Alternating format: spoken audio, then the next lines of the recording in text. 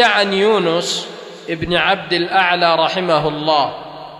قال للشافعي رحمه الله: يا يونس، إذا بلغك عن صديق لك ما تكرهه فإياك أن تبادره بالعداوة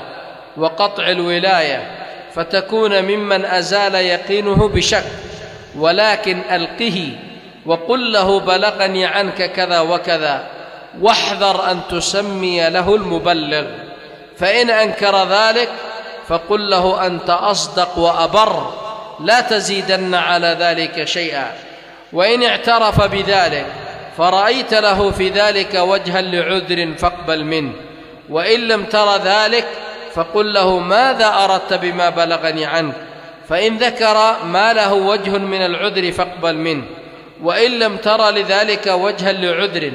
وضاق عليك المسلك فحينئذ أثبتها عليه سيئة، ثم أنت في ذلك بالخيار، إن شئت كافأته بمثله من غير زيادة، وإن شئت عفوت عنه،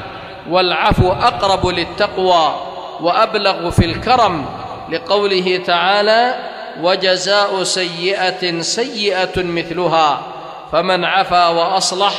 فأجره على الله.